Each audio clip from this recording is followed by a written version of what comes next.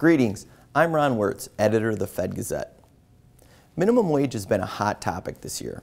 Many states are considering a higher minimum wage or have already passed one.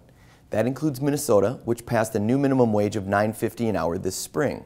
While the debate rages over the employment effects of a higher minimum wage, I'd like to tell you about some of the not often talked about trends, specifically how these jobs and workers have evolved over time. Let's start with the wage itself. A lot of attention gets paid to the negative inflationary effects on the minimum wage. But just how erosive those effects are depends on which measure of inflation you use to adjust wages.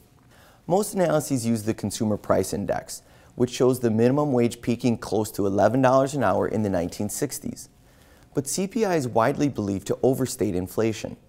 Many economists use the Personal Consumption Expenditures Deflator, or PCE, to adjust wages. This method shows a much lower adjusted wage peak, below $8.50 an hour in the 1960s, and a narrowing difference with CPI over the last 20 years. The population of minimum wage workers tends to rise from two factors: recessions and increases in the minimum wage. During the Great Recession, for example, the share of minimum wage jobs in 9th District states went from 2% to more than 5%, aided by the fact that Congress passed a three-step minimum wage increase in 2007 from $5.15 to $7.25 before the recession ever took hold.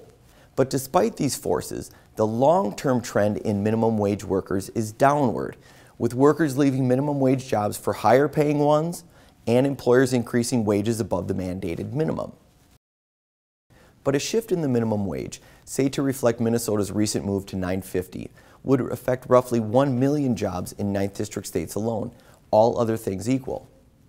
While the current share of workers making minimum wage runs just a few percent of all workers in 9th District states, the share of jobs paying less than $9.50 an hour runs between 15 and 21% in those same states.